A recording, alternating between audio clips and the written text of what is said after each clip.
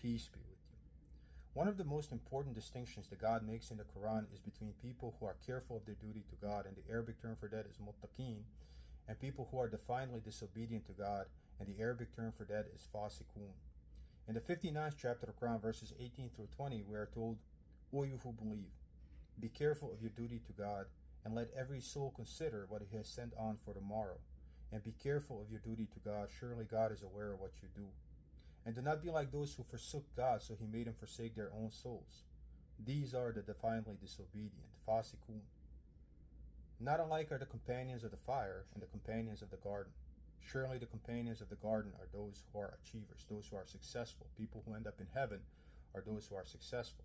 So what this is telling us is that we are supposed to be careful of our duty to God, that we are supposed to be people who are muttaqeen, to do what God told us to do and stay away from things that God forbade us. And if we don't obey God as a pattern of our life, then we are called defiantly disobedient, fasiqun in Arabic. So in modern terms, I guess one could say that these would be non-practicing people who call themselves Muslims as well.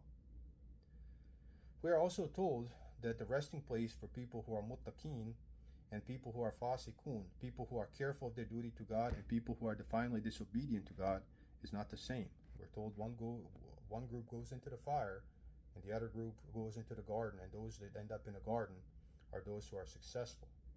But moreover, what we need to understand is that God calls people who are defiantly disobedient another name, a much worse name than fasiqun. He calls them the hypocrites, munafiqeen. Being defiantly disobedient to God is also presented as one of the defining characteristics of people who are hypocrites, and we need to remember that hypocrisy or nifaq is worse than even kufr, disbelief. These people are even lower than disbelievers.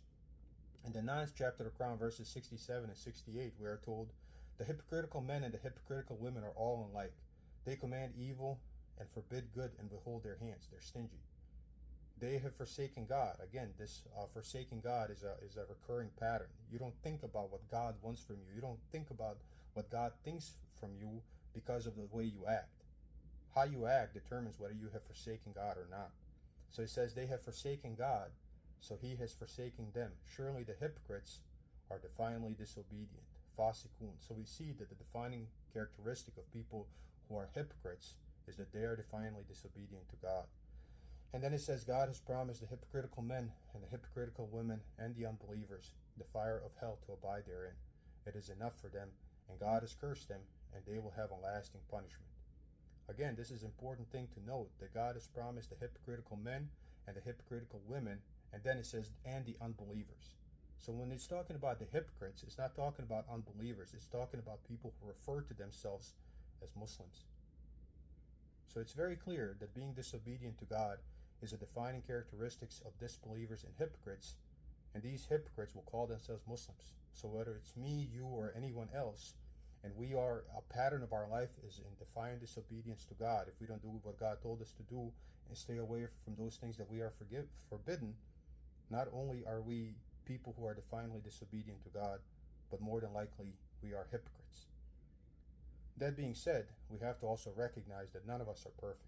We all know that none of us are perfect, therefore we need to understand that the difference between a person that is defiantly disobedient to God and a Muslim that makes mistakes is effort.